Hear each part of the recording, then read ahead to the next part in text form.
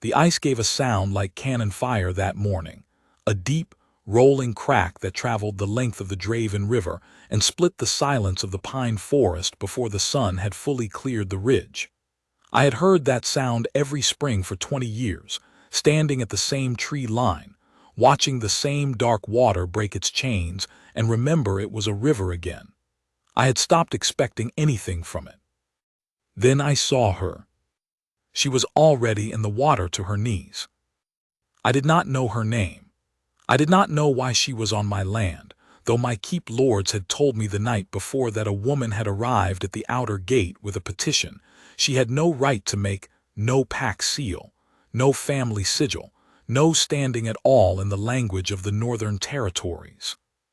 Landless, they had said, with the particular contempt men of rank reserve for those they consider easily dismissed.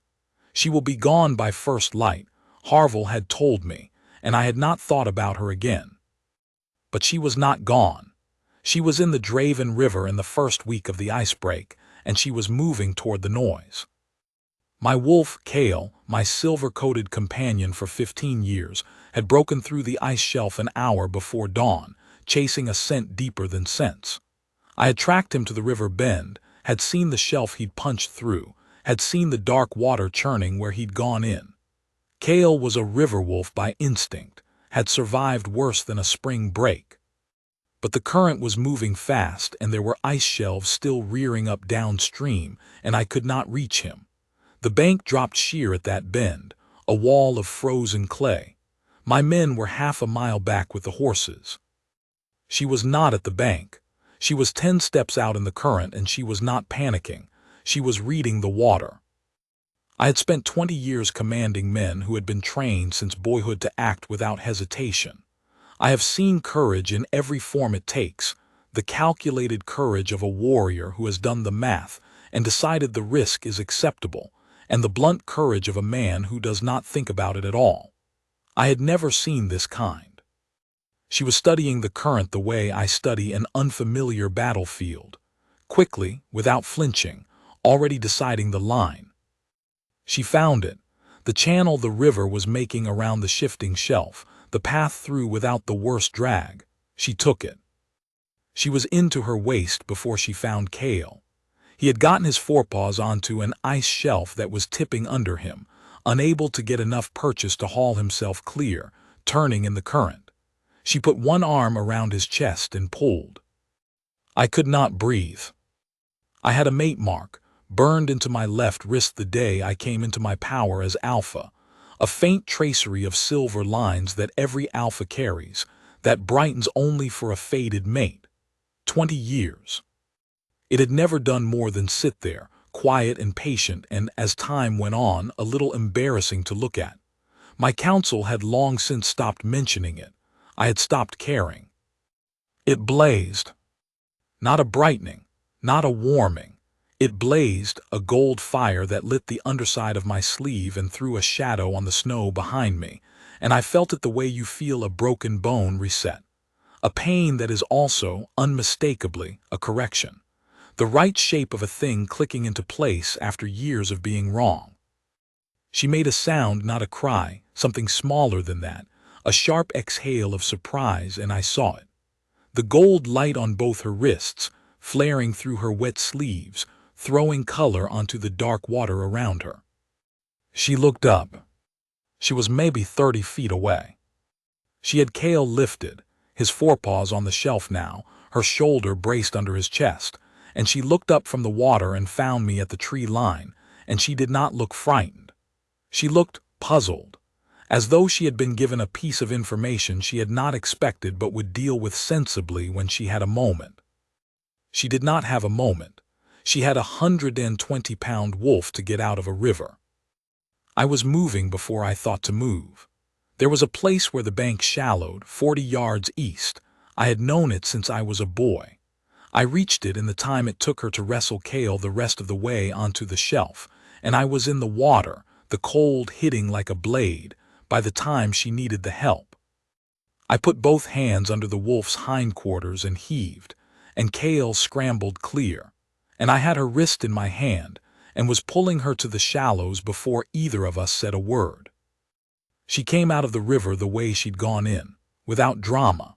Soaked to the ribs, shaking, she was shaking hard actually, though she held it very still, and still watching me with that same quiet, assessing expression that I could not quite interpret. I could feel the mate mark pulsing like a second heartbeat. "Your wolf," she said, and her voice was even, steady. Remarkable, given that she was standing in ankle-deep ice water in late winter. "He is all right." "He is all right," I said. She nodded once, as though that settled the most important question, and looked at her wrist. The mark was still there, not fading. It had the quality of something permanent, the way a seal sinks into wax and cools. "I don't know what that is," she said. "I do," I said. She looked at me for a long moment. Cale, who was shaking water from his coat on the bank behind me, chose that moment to walk forward and press his enormous head against her hip. She put her hand on his skull without thinking, the way you steady a frightened child, and he leaned into her. Cale had not let a living soul touch him in 4 years, outside of myself, and one elderly healer who had set a broken paw. "Your wolf seems to know me better than I do," she said. "Wren," I said. She had told the gatekeeper her name the night before, and it had been in the keeper's report, and I found I could not think of anything else to call her. "What is your name?" "Wren," she said, and something shifted in her expression, a small surprise that I already had it. "And you are the king." "I am." She considered this with the same unhurried attention she had given the river current. "You were watching from the trees." "Yes." "You couldn't reach him." "No, the bank drops sheer at the bend." "I know," she said. "I walked it this morning." She looked down at Cale, who was showing no intention of lifting his head from her hip. "I saw him go through the ice shelf. I heard it from the East Road." She had been on the East Road.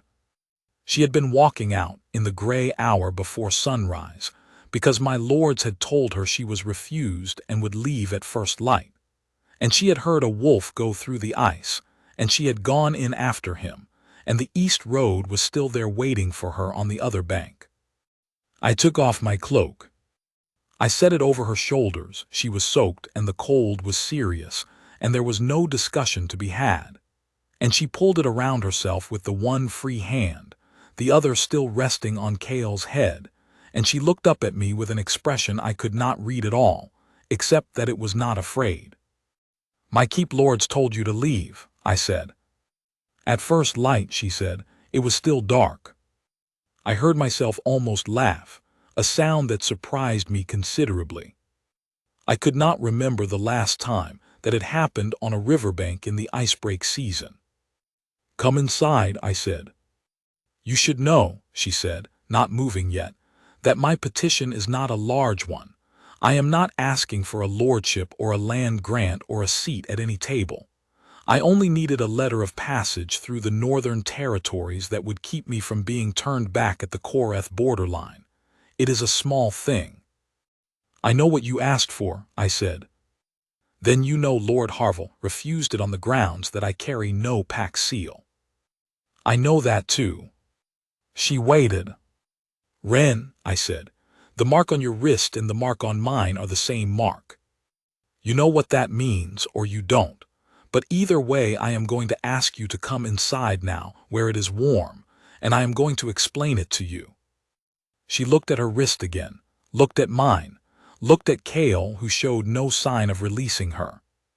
"All right," she said, and there was nothing in her voice but the simple agreement of a sensible person accepting a sensible proposal. No simper, no fear, no performance of gratitude, just all right. I walked my fated mate up the east bank of the Draven River, in the early morning of the icebreak, with my great silver wolf pacing alongside her and her hand still resting on his neck. And for the first time in 20 years as Alpha King of Dravenmark, I did not know exactly what I was doing. It was, I would later decide, the finest feeling I had ever had. The keep was black stone and firelight and the smell of pine smoke, and it had been both for longer than my bloodline had held it. I had always thought it beautiful in a severe way. the way a winter cliff face is beautiful, or a war axe hanging in good light. Cold but certain. It had not occurred to me in all that time that it might need something warmer at its center. It occurred to me watching Wren sit down at the hearth in the lower hall and take off her boots with the entirely unself-conscious focus of a person whose feet are genuinely very cold. I told Marit, my housekeeper, the woman who had been running the domestic order of this keep since before I came into my kingship, to bring dry clothes and hot water and food, and to tell no one else that I was in the lower hall. Marit had sharp eyes and 30 years of practice at reading me. She looked at the mark blazing on my wrist, looked at the same mark on the soaked young woman by the fire, said absolutely nothing, and went. Wren accepted the dry clothes and the warm water with the same plain gratitude she seemed to bring to everything, genuine but not excessive, as though she had decided that the way to receive a kindness was to actually receive it, without fanfare. She changed behind the fire screen with brisk efficiency, and came back in one of the simple underdresses Marit had brought, rolling up one sleeve to look at her wrist again in the firelight. The mark was extraordinary. I had seen mate marks in my life. I was alpha. I had officiated the bonding of 30-odd mated pairs in my territory, and they follow a pattern, a silver-gold tracery that is identifiably the mate mark, the same the way a face is a face. But this one was particular. It branched from her inner wrist in the shape of a river current, which I thought was going to stay with me a long time. "Tell me what it means," she said, not a demand, a request direct and unadorned. I sat across from her, and I told her. I told her about the mate bond that in wolf kind, and in the royal bloodlines of the Northern Territories, the bond is not chosen but recognized. That the alpha carries the mark from the day he comes into his power, and it responds, flares, ignites, announces itself without any consultation of his preferences or his schedule, when it finds the one it has been waiting for. That in my case it had been waiting for 20 years, long enough that most of my court had quietly concluded it would never fire, which had suited me well enough, because the thought of the bond choosing someone I might not be able to love had begun to seem worse than the thought of it never choosing at all. She listened to all of this the way she had listened to the river, taking it in, working out the channel. "And mine," she said, looking at her wrist. "I carry no alpha's mark. I have no wolf blood that I know of." "The reciprocal mark appears on the mate's wrist when the bond ignites," I said. "It can appear in a person with no wolf blood. The bond knows its own." She was quiet for a moment. "The bond," she said, "chose someone who was being ordered off your land." "Yes." "And who had not yet had breakfast." I looked at her. She was not quite smiling, but there was something at the corner of her mouth, a dry, private acknowledgement of the situation's absurdity. I found that I liked her considerably. "I am going to remedy both of those problems," I said. She actually ate, with the honest appetite of someone who had been walking since before dawn and had waded into a frozen river. And while she ate, she told me, in the same spare, unhurried way she told me everything, what had brought her to Dravenmark. She was from the South Borderlands. She had been a healer's assistant since she was a girl, traveling the outer settlements with her teacher, and when her teacher had died the previous autumn she had found herself without a fixed place, and with a supply of skills that were most useful in places that rarely gave formal welcome to unaffiliated women. She had been moving north toward Korath, where she had heard of a settlement that took healers without demanding pack affiliation, and the Dravenmark crossing was the most direct route. The petition she had made was for a simple letter of passage, not asking for shelter, not asking for land, not asking for anything beyond the right to walk through without being turned back at the border. Harville had refused it on the grounds that she had no pack seal, which was technically within his authority when I was not in residence. He had been within his authority. He had also been, I was now certain, a complete fool. "He told you that you were beneath notice," I said. She looked up from her bowl.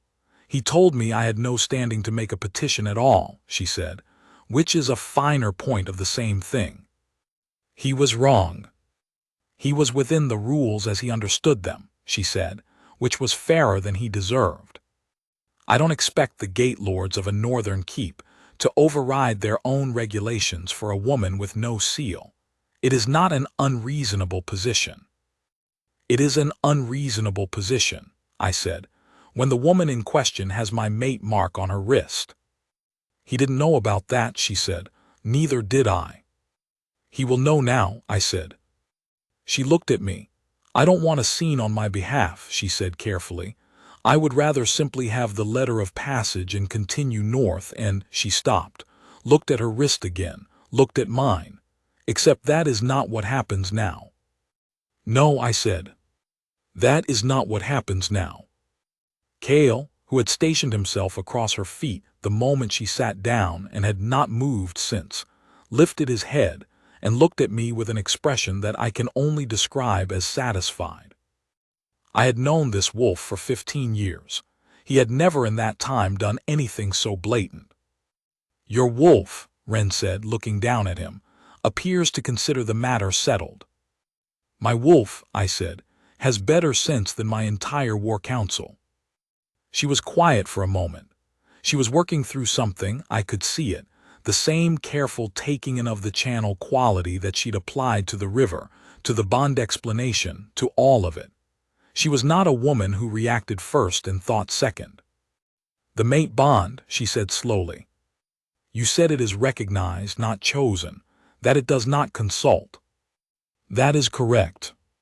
So I did not choose this, and you did not choose this.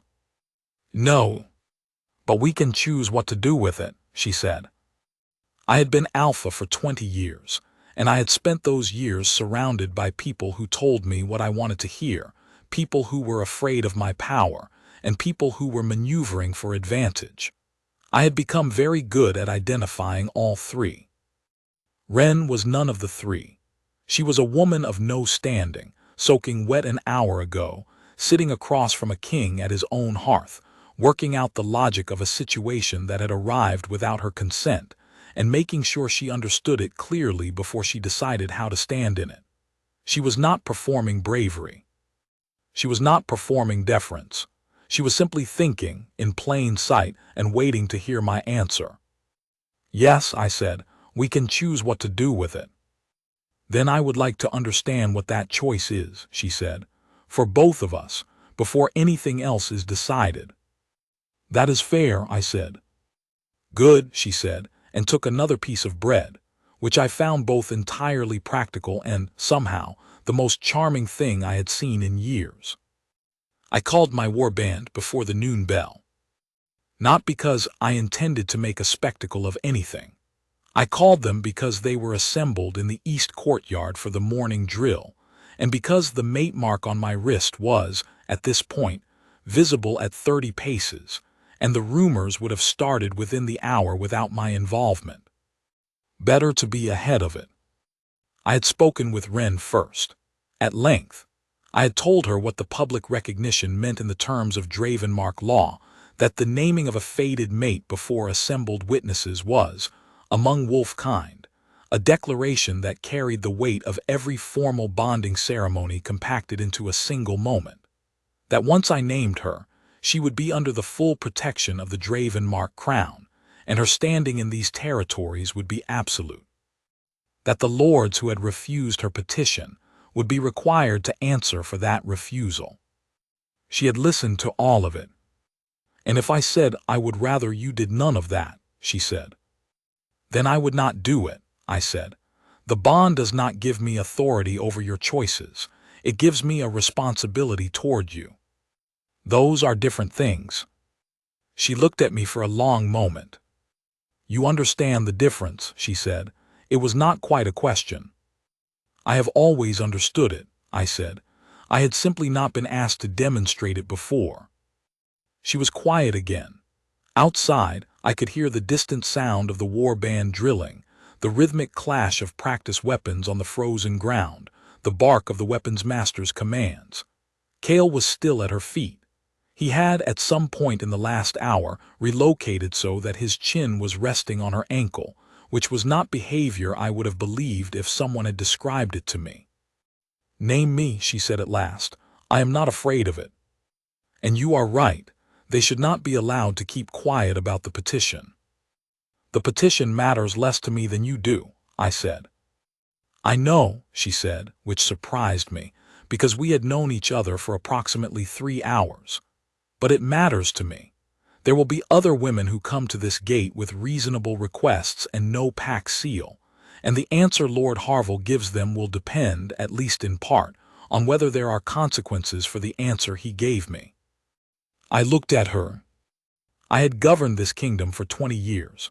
I had presided over disputes, treaties, alliances, wars. I had a council of advisers whose sole function was to think clearly about the long consequences of present actions. Not one of them in 2 decades had made that particular argument so precisely, so quickly, or with so little interest in personal advantage. "You are going to be very good at this," I said. She looked mildly alarmed. "At what?" "Being Luna of Dravenmark." A pause. "That is what you call it." "That is what it is," I said. She thought about this, looked at Cale. Cale thumped his tail once, deliberate as a statement. "All right," she said, for the second time that morning, simple and even and entirely without performance. "All right." The courtyard was gray with late winter light and the crunch of frost underfoot, and my war band, 42 of the North's best fighters, men who had followed me through conditions that would have broken most of the Southern lords, stood in 3 loose rows and watched me walk out with a woman they had never seen wearing my cloak. Wren walked at my left.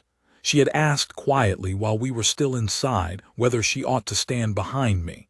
I had told her beside me. She had accepted this without comment, which was, I was beginning to realize, how she accepted most things. Harville was there. He always attended the morning drill. He considered it a mark of seniority, though he hadn't lifted a sword in a decade. He was standing at the edge of the east yard with 2 of the other keep lords, Peth and Voren, and he was watching the woman at my side with the expression of a man who has just recognized a very large mistake and has not yet determined whether he can limit the damage. He could not limit the damage. I was going to make certain of that. I stopped at the center of the yard. The warband had gone still, not at a command, but at the quality of the moment, the way soldiers read a field before the order is given. They were watching my wrist. Word had gotten out, as word always does, faster than any formal announcement. "This is Wren," I said, and my voice carried the way it always did across a courtyard, not loud but absolute. "She arrived at our gate yesterday with a petition for a letter of passage which was refused. She was told she had no standing. She was told to leave at first light." Harville had gone very still. "This morning," I said, "she heard my wolf go through the ice shelf on the Draven River.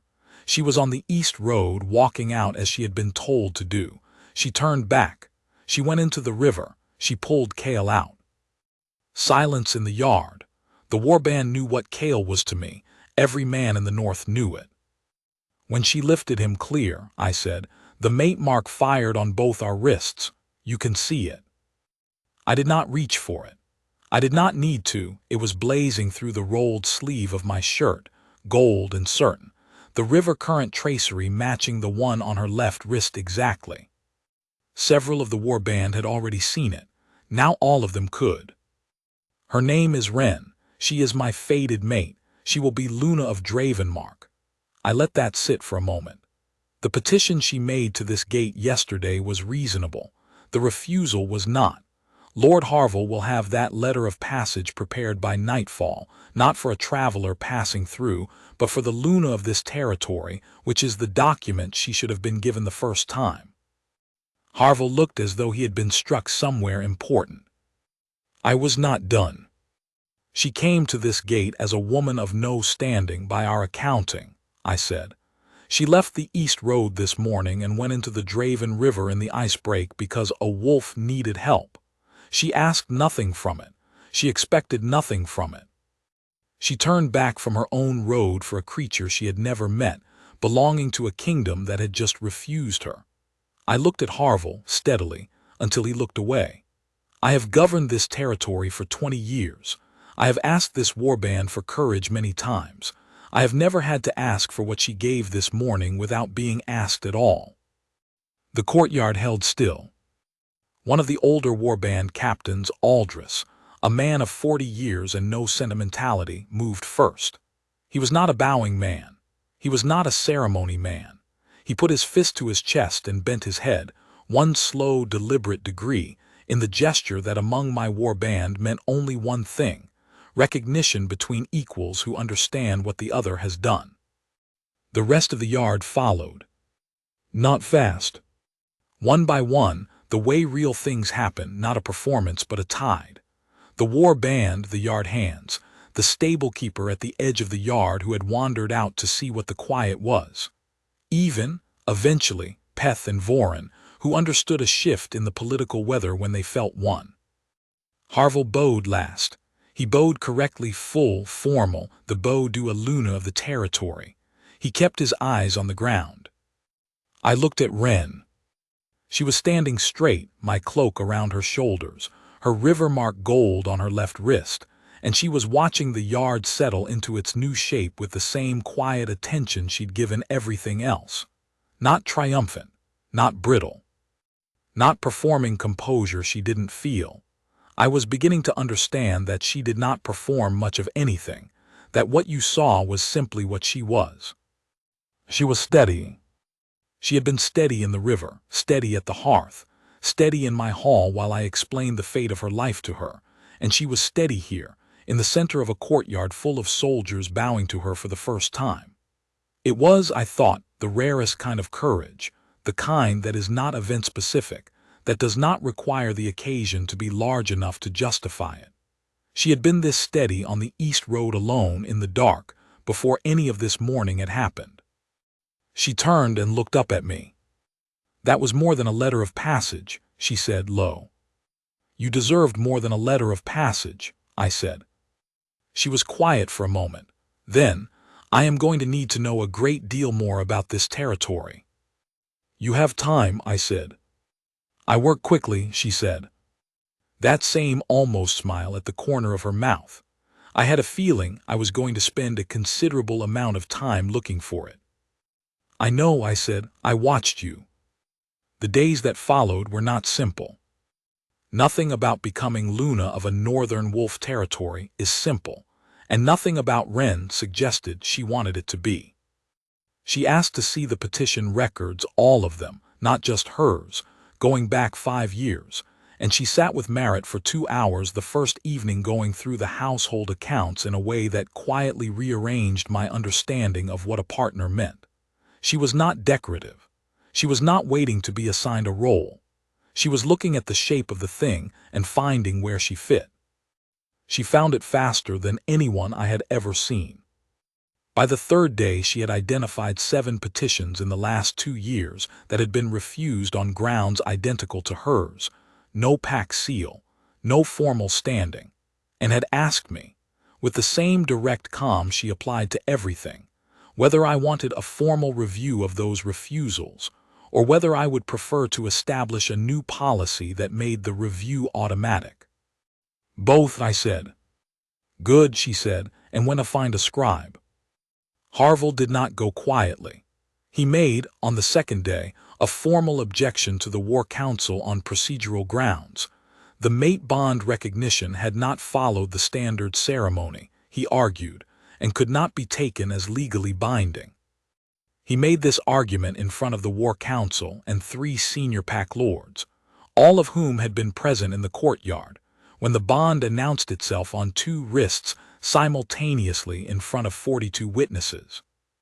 The War Council found his objection to be without merit. Harville tried a second approach, suggesting, to Peth and Voren in private conversation that was reported back to me within the hour, that Wren's origins were uncertain and her character untested, and that a king of Dravenmark ought to require more than a dramatic morning by the river to name a woman his Luna. Peth, to his credit, told Harville that he'd had his chance to assess her character the day before, and had found it insufficient for a letter of passage, and that the events of the following morning suggested his assessment had not been reliable. Voren said nothing, but reported the conversation to me, which was more useful. I did not remove Harville from his post immediately. I was going to eventually, and he was going to know it the whole time, which was a crueler administrative outcome than immediate removal, and one he had thoroughly earned. What I did, in the meantime, was put the petition review process formally under Wren's oversight, which meant that every refused petition Harville had ever signed came through her desk. She found 3 that required reversal within the week. She brought them to me with her recommendations written out in clear, spare language that did not editorialize, did not moralize, and was completely devastating in its precision. "You are going to be very good at this," I told her again. "You have said that," she pointed out. "I keep being right," I said. She let the almost smile appear, briefly. "You are going to want to stop being so pleased with yourself about that." "I probably am not going to stop," I said honestly. She looked at me for a moment, and the smile stayed a little longer. The formal bonding ceremony was 3 weeks away. There were preparations, a territory-wide gathering, logistics that my chamberlain approached with the enthusiasm of a man who had been waiting for exactly this occasion for a decade. But the bond itself was not waiting. It was not patient, the mate bond. I had known this in the abstract, had officiated bondings and heard the mated pairs describe the first days, the constant low-frequency awareness of the other person's presence, the way the mark warmed when she was near and pulled when she was far. I knew it intellectually. Living it was a different education. I was aware of her in every room she was not in. Not with anxiety, not with longing in the aching, destabilizing sense. It was steadier than that, more like a calibration. The way your ear adjusts to a sound that has been absent and then returns. She had not been in my life yesterday, and something in me had been off calibration without knowing it, and now the calibration was set, and I was learning what it meant to have a center of gravity outside yourself. She, I suspected, was having a similar experience, though she processed it differently, more privately, less willing to name it out loud. I did not push her on it. She would name it when she was ready. Cale had no such restraint. He had formally installed himself in whatever room Wren was occupying, and had begun the practice of rising from her feet when I entered and attempting to position himself equidistant between us, which was endearing and slightly territorial behavior I had not known him to be capable of. He brought her things, not as gifts exactly, but as offerings. A particular branch from the East Pine stand, a flat gray stone from the riverbank, a piece of dried venison that he normally would have been very interested in himself. She accepted all of them with perfect gravity and thanked him seriously, which he received each time like a man being told excellent news. "Your wolf," she said to me on the 4th morning, looking at the collection of Cale's offerings arranged on the hearth ledge, "has strong feelings about gratitude." "He has strong feelings about you," I said. She looked at me sideways. "He is not subtle." "No," I said. "He has not been subtle since you lifted him out of the river. He considers the obligation permanent." "It was not a permanent situation," she said. "He would have gotten himself out eventually." "He doesn't see it that way," I said. "He is a wolf. Wolves do not parse obligations the way people do. Someone helped him. That person is now his." She was quiet for a moment. "I am trying," she said carefully, "not to find that completely reasonable." "How is that going?" "Not well," she said. I laughed. It felt different than it had on the riverbank, easier, less surprised by itself. I was getting used to it. On the 7th day, she found me at the tree line. I went there in the evening sometimes, the specific stand of pines where I had been standing when I saw her in the water. I was not sure why I kept going back. Some quality of the place, the particular sightline to the river bend. Something that had changed in that spot and was still changing. She came along the East Bank path with Cale at her shoulder, and she did not announce herself or apologize for finding me. She stood beside me and looked at the river. The ice was still breaking up. Pieces of it turned slowly in the dark water, catching the last light. "This is where you were standing," she said. "Yes." "You couldn't reach him," she said, "and you watched me go in." "Yes." She was quiet for a moment. "What did you think," she said, "when you saw me?" I considered the question seriously. I thought, she is reading the current. I thought, she has found the channel. I thought, she is going to do it. "Were you frightened?" "Yes," I said. It was not difficult to admit. I have faced a great number of frightening things. I do not know if any of them frightened me quite that way.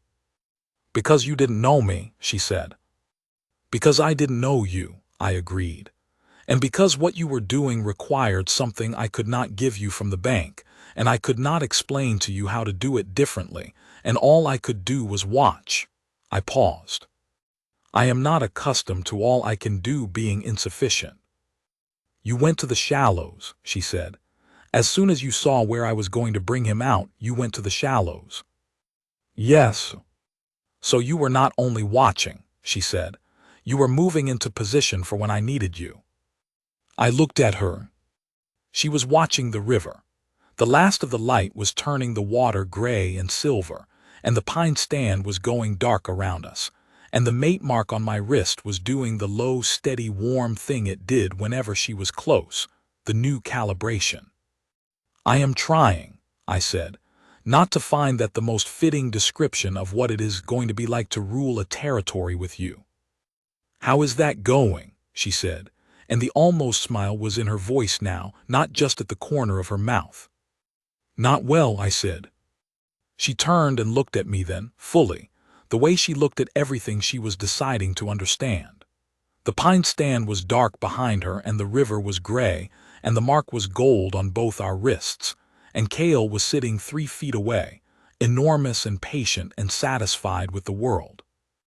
"I am going to need more time," she said, "to know you before the ceremony." "You have it," I said. "I do not mean weeks," she said.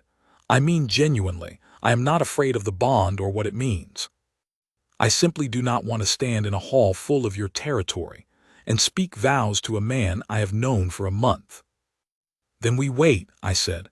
"However long you need, the bond is already spoken for." She looked at me for a long moment. "You mean that?" she said. "I mean everything I say to you," I said.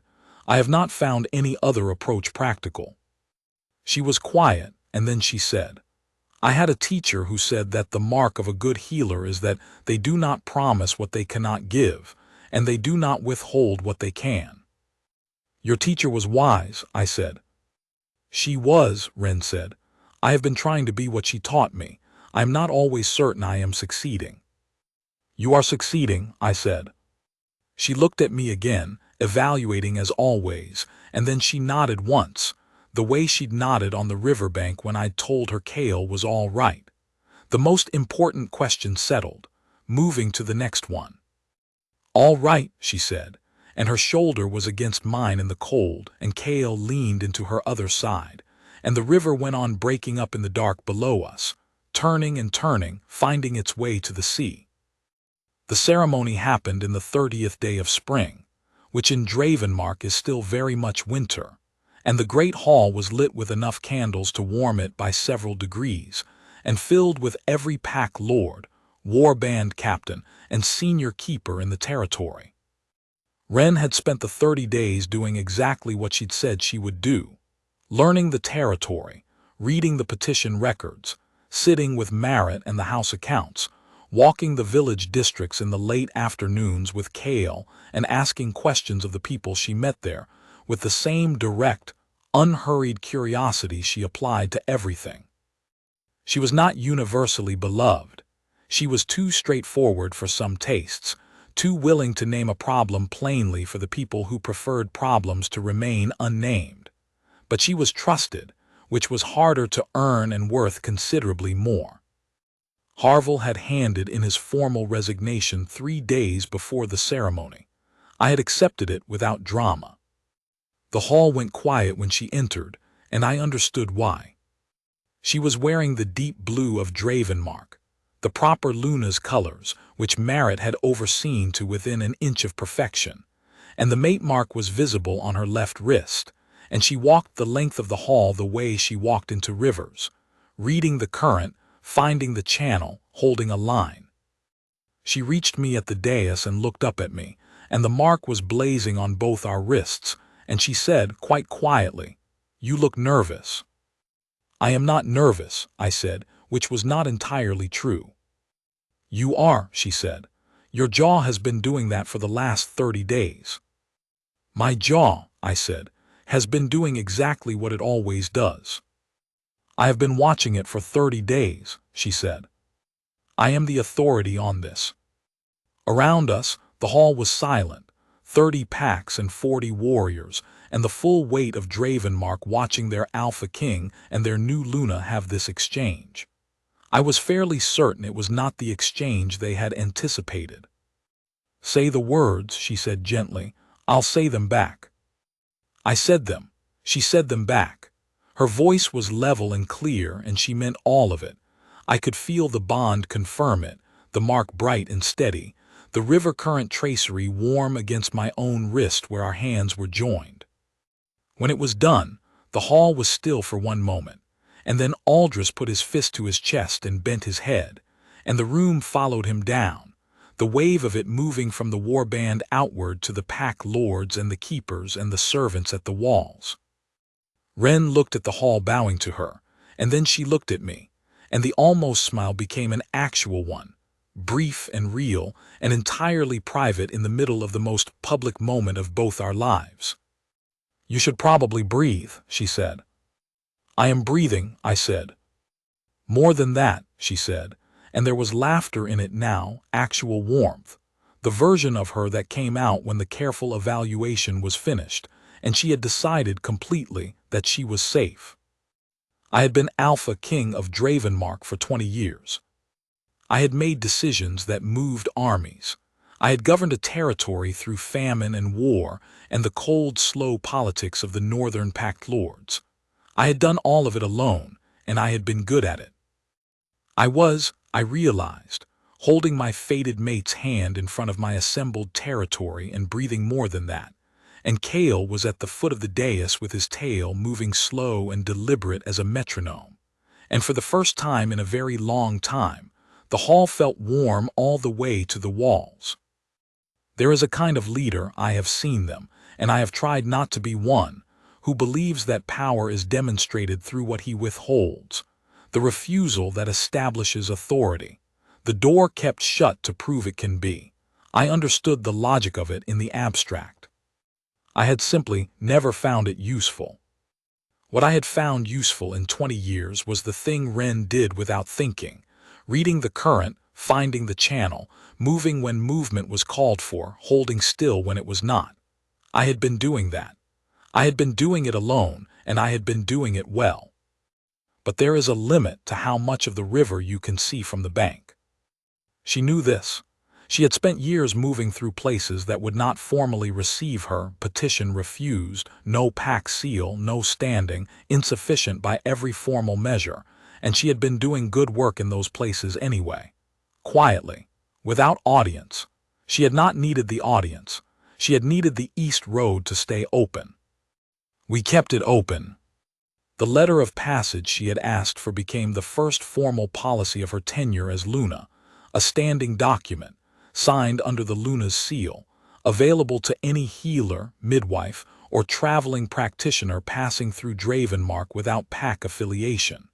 You do not need the seal of a pack to do necessary work. You need the road.